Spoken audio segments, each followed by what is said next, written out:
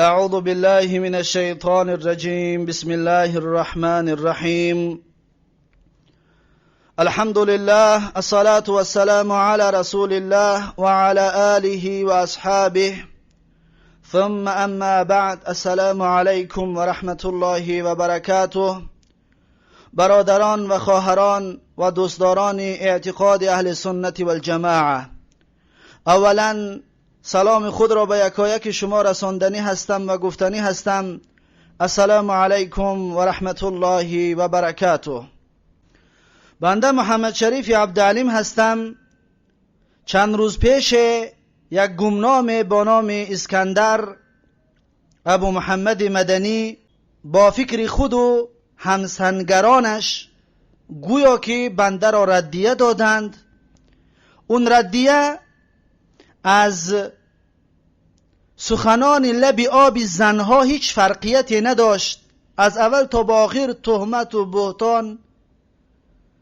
و وقتی که بنده اون را گوش کردم، اون را براش از باب نصیحت صحبت کردم که این کار کرده غلط و خطا هست و سخنهای درباره بنده محمد شریف عبدالعلیم با چندی از برادران و دوستان نسبتش دادی، این خطا و غلط می باشد و صوتی که در اونجا گذاشتی این همچنین خطا و غلط است.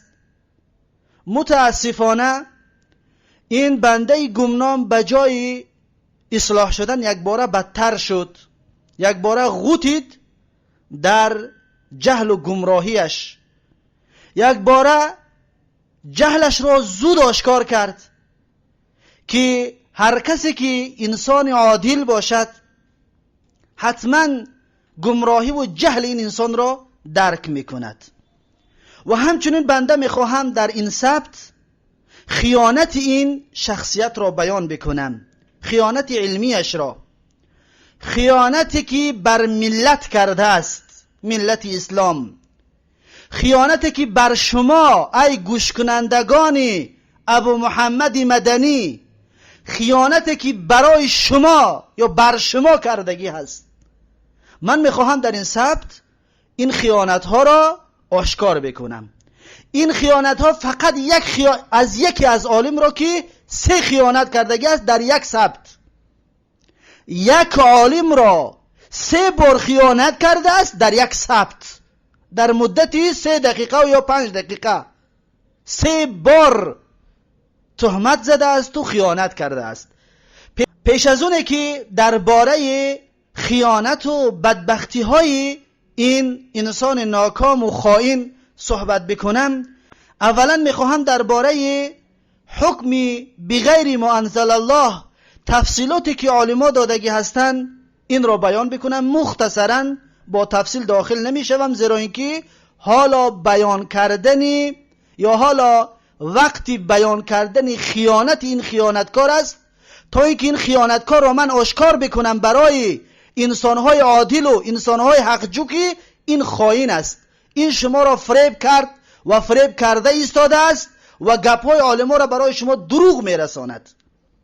اولا درباره حکم بغیر ما انزل الله عالمها تفصیلات دارند و این تفصیلی که بیان میکنم خلاصه سخن علامه فوزان حفظه الله می باشد و همچنین ابن عثیمین رحمه الله تعالی در این باب صحبت ها دارد. این تقسیمات موافق اعتقاد و موافق قول ابن عثیمین هست و همچنین ابن باز رحمه الله تعالی که این تکفیری، این چوجه تکفیری ها، چوجه خوارج امروز برآمده است و تهمت به این عالمی اهل سنت و الجماعت ابن باز رحمه الله میزند و ابن باز رحمه الله همچنین این تقسیمات را در کتابهایش این را اقرار میکند و این میباشد. بیایید این تقسیمات را بیان بکنیم. عالم ها میگویند به 9 قسم تقسیم میشود. عالم ها را گفتیم، باز نگوید عالم ها کی است؟ علامه فوزان، ابن باز، ابن عثیمین رحمه الله تعالی. این بزرگواران میگوید که به 9 قسم تقسیم میشود. یکم استحلال است، دوم تفضیل است، سوم جحود است، چهارم تکذیب است، پنجم مساوات است، ششم تبدیل است. این 6 تا انسانی که واقع شد کافر می شود، از دین خارج می شود. اینها انسان رو کافر می کند. اما 3 تا باقی مانده اش که استبدال هست و تقنین هست و تشریع العام هست و این 3 تا باقی مانده اش انسان را کافر نمی کند، بلکه اینها از گناهان کبیره می باشد. پس این بود خلاصه حکم عالم‌ها یا تقسیماتی که تفصیلاتی که عالم‌ها درباره حکم بغیر ما انزل الله بیان کرده اند. اکنون میگذاریم به مقصد اصلی. مقصد امروزه ما و شما بیان کردن تلبیسات، بیان کردن خیانت ابو محمد مدنی هست از قولهای عالم‌ها. بالخصوص امروز یکی از اون عالم‌ها را اختیار کرده هستم سخنهایش را که این خائن خیانت کرده است، این ابن باز است. درباره ابن باز چی تهمت‌ها و چی خیانت‌ها کرده است، بیایید یک جا صوتی خبیثی این چوجه خوارج را میشنویم. من نمیخوانم، این صوت خودی همین خوارج است. شما صوت آوازش را گوش کنید و اکران تلفنتون را دقت دید که این چی میخواند، دقت بدید. پس من بعد از خواندن این برای شما با تفصیل بیان میکنم. گوش به اندازید که این چوجچه چی میگوید. در فتوای ابن باز اومده است مجله اول صفحه 275 که ابن باز میگه فالذین يتحكمون الى شریعه غیر شریعه الله لا شك انهم يخرجون بذلك عن دائره الاسلام ويكونون بذلك كفار ظالمين فاسقين. هر کسی که تحکم میکند به شریعت غیر شریعت اسلام، هیچ شکی نیست که اونها خارج شده از به همین کارشون، به سبب همین مراجعتشون، تحکمشون خارج شده از دایره اسلام هستند و به همین عملشون کافر هستند، ظالم هستند، فاسق هستند، یعنی همش اکبر است. انا این از سخن ابن باز و غیر از این سخنهای ابن باز در نزد ما هم صوتی آوازی و باز دیگر سخنهایشون زیاد است. ابن باز در این مسئله کتاب کامل نوشته است. پس این بود خوانده های ابو محمد. بیا برمیگردیم به اول کتاب. این کتابی که مجموع الفتاوا. مجموع الفتاوا از کی است؟ از ابن باز رحمه الله. ببینید ابن باز از ابن باز است.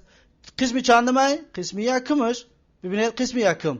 بیایید به صحیفه که حالا ابو محمد تکفیری خواند به اینجا برمیگردیم. میبینیم که در اینجا چی چیزها گفته شدگی است و این ناکام چی خواند. ببینید ما حاضر رفتیم در صفحه 271 موافقی کتابی که به دست داریم.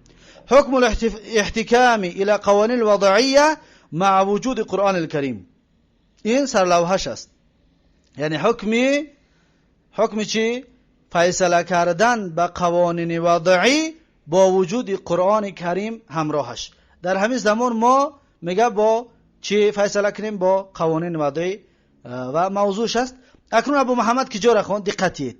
ابو محمد اینجا را خوند، از اینجا شروع کرد و این را خواند، از اینجا خونده آمد، نه خوانده شنیدیم هممون تا اینجا را آمد و بس، تا اینجا را آمد خلاص.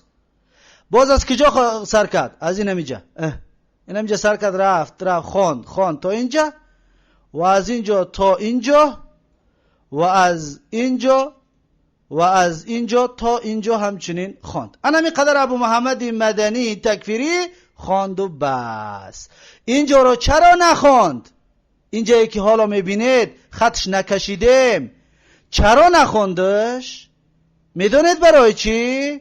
به خاطر اونه که اینجا ضد عقیده، شرمنده میشید اگر اینجا رو میخواند. اینجا رو اگر میخواند شرمنده میشید. اکنون بیایید با یک بار دیگه صداشو گوش کنیم، صدای تکفیری را. باز نگوید که یکون کار کرده شما، نه، بیایید یه بار گوش میکنیم. در فتوای ابن باز اومده است مجله اول صفحه 275 که ابن باز میگه فالذین يتحكمون الى شریعه غیر شریعه الله لا شك انهم يخرجون بذلك عن دائره الاسلام ويكونون بذلك كفار ظالمين فاسقين. اکنون دیدید این خواندگی کی بود؟ ابو محمد المدنی التکفیری الخوارج. این ابو محمد تکفیری اینجا را خیانت علمی کرد. چرا نخواند؟ خودش دیگرها را چی میگوید؟ این صفت اهل بدعت است که اینو کلمه را میخوانند، کلمه‌ای که جمله‌ای که ضد اینو است اینو ترجمه نمیکنند. علامتی چی میگوید؟ گوش اندازه چی میگوید؟ این صفت اهل بدعت است که اینو کلمه رو میخونند، کلمه که جمله که ضد اینو است اینو ترجمه نمیکنند. خب پس تو کی هستی؟ تو اهل بدعت هستی؟ خب اهل بدعت که میگو اینها میخونند و ترجمه نمیکنن، خواند و ترجمه نکرد اهل بدعت، تو نه میخونی نه ترجمه میکنی، تو کی هستی؟ تو کی هستی ابو محمد اسکندر تکفیری؟ تو کی هستی؟ اهل بدعت هستی، اهل بدعت هستی. خودت خطا حکم کرد. الله سبحانه و تعالی را بزرگیش این است، حکمتش این است که شما خودتون با زبانهای خودتون رو آشکار میکنید. ببینید چی میگه؟ میگه فالذین یتحاکمون الی شریعت، ای ابو محمدی تکفیری، شریعتین الف لام اولش نداره، اسم مجرور ای مضاف هم نیست، شریعتین تنوینش بته الی شریعتین، الى شریعت غیر شریعت الله، غیر شریعت الله. شریعت الله را با تنوین نته که مضاف تنوین قبول نمیکنه، گمراه. غیر شریعت الله انا گفت چی؟ لا شک انهم یخرجون بذلك عن دائره الاسلام و یکونون بذلك. چی گفت؟ گوش اندازید. کفار ظالمین فسق، کفار ظالمین فسق، کفارون، کفار ظالمین فسق، کفارون. تکفیری، تکفیری. کفارون نه، کفارن. و یکونو فعل ناقص است. این واوی که میبینی فاعل این واو اسمش است، اسم یکونو. کفارن چی است؟ خبرش است. ای گمراه، خبر یکونو منصوب میشود. و یکونون بذلك کفارن ظالمین فاسقین. این بود اول تصحیح خواندنی تو ای گمراه، ای کسی که زبان عربی خونده. که جدا خوندی؟ دانشگاه عالمی مدینه منوره رو. الله اکبر. ببینید بیاد من ترجمه میکنم تا اینکه شما درست بفهمید. میگه که فالذین یتحاکمون الی شریعت غیر شریعت الله. میگه همان پس کسانی که فیصله میکنن به شریعت غیر شریعت الله، یا شریعت غیر شریعت الله را میرون حاکم خود و فیصله قرار میتین. و چکار میکنن؟ و یرون ان ذلك جایز لهم. اینا تو نخوندی ابو محمد؟ برای چی؟ برای برزیدت است. و ابن باز چی میگه؟ و یرون ان ذلك جایز لهم، و اعتقاد میکنن که همین کار جایز است براشون. ببین اعتقادت نگفتی، نه فقط گفتی که فیصله میکنن میروند و خلاص، دیگه شو نگفتی، برای برزیدت میشد. این یکم. دوم او ان ذلك اولى من التحاكم الى شریعت الله. یا دوم میگه اعتقاد میکنن که دقت به جایی را که من خونده ایستادم اینها میباشد. او ان ذلك اولى من التحاكم الى شریعت الله. ببینید میگه که یا ان ذلك اولى من التحاكم الى شریعت الله، یا همین تحاکم به غیر شریعت الله بهتر است از تحاکم، از فیصله با شریعت الله. میگه نمیتونه اگر اعتقاد کرد. اکنون بعد شیخ چی میگه؟ میگه لا شک انهم یخرجون بذلك عن دائره الاسلام. شک و شبهه نیست که میگه با این کاری کردهشون از دایره اسلام بیرون میشد. ایرا ما هم میگوییم ای گمراه، هر کسی اعتقاد کند که این جایز است و بگوید که بهتر از تحاکم به شریعت الله است حکم وضعی، حکم شریعت غیر الله، غیر شریعت الله، ایرا ما اهل سنت میگوییم لا شک انهم یخرجون بذلك عن دائره الاسلام. شک و شبهه نیست که آنها با این کارشون از اسلام بیرون میشود. و یکونون بذلك کفارا ظالمین فاسقین. و با این کاری کردهشان کافر، ظالم، فاسق میگردن. کافر، ظالم، فاسق میگردن. پس این بود سخن شیخ ابن باز رحمه الله تعالی. بیایید اکنون جایی را که این تکفیری چوجای تکفیری نخوند اوجا را ما معین کنیم که چی قدر نخونده است. بیایید معینش میکنیم. نگاه کنید. و یرون ان ذلك جائز او ان ذلك اولى من التحاكم الى شریعت الله. انا می قدر نخوند. دیدید دیده چند قدر نخوند، جای درکاری که اعتقاد بیان میکند اینجا را نخوند. برای چی؟ به خاطر اینه که بر ضدی اعتقادش بود، به خاطر اینه که اگر ایرا میخوند شرمنده میشد، اگر ایرا میخوند اهل سنت بودن ابن باز آشکار میشد و خار و ذلیل بودنی تکفیری بودنی ابو محمد همچنین آشکار میشد. دیدید ابو محمد مدنی تکفیری خوارج چقدر عباره را پرتافت؟ دیدید؟ الله اکبر.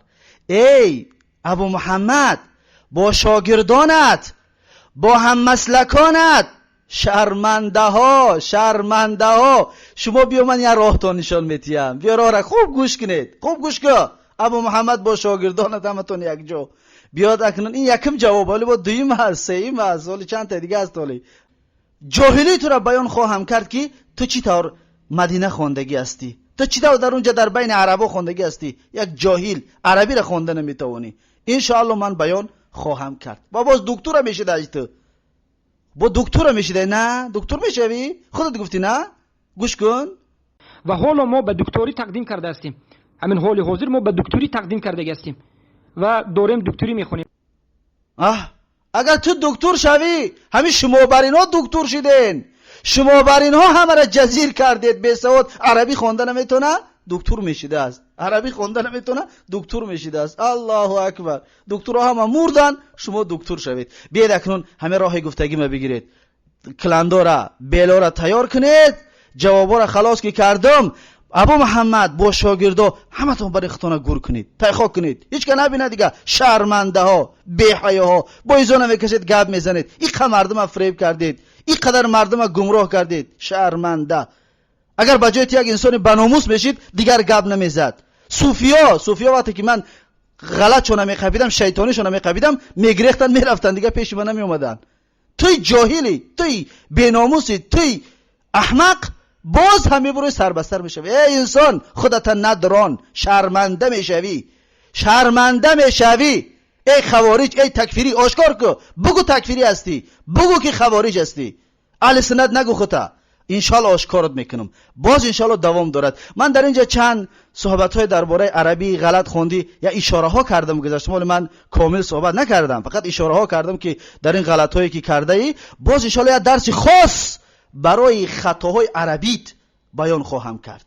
یا درس خاص میشود، اون ویدیوی خاص، شاید اونم یک تا دو تا سه تا چهار تا ویدیو شود که تو چی قدر غلط میخونی، قرآن غلط میخونی، سنت غلط میخونی، قول علما غلط میخونی. تو غلط خان هستی، خطا خان هستی. غلط که میخونی غلط میفهمی، خطا میخونی خطا میفهمی. اصلی مقصد علما را تو نمیدونی و دروغگوی شیطان هستی. قول میپرتونی. نگاه که چند قدر پرفتگی هستی، این جای رنگ کردگی است. دیدید این همش پرفتگی نخونده است. دیدی چند قدر پرتفته است. شرمنده. برین گم کنین استادتونه، تای خاکش کنین. الله بگیره ای استاد شما را، کار شوی. این قدر همه را جزیر کرد. بیا شاگرداش، بیا همه کسا جمع شین، برین تای خاکش کنین، شما مختم بگرده، بیا که علم بگیرین.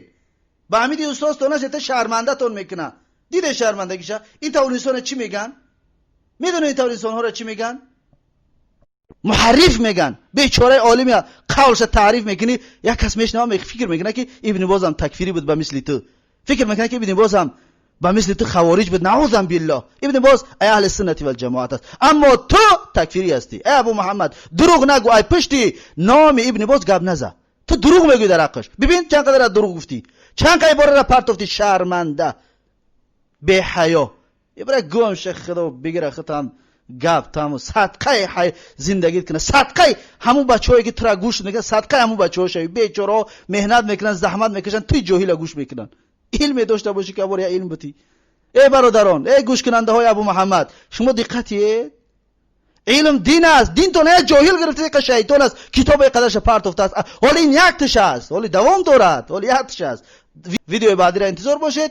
بارک الله فیکم، جزاکم الله خیرا و السلام علیکم و رحمت الله و برکاته.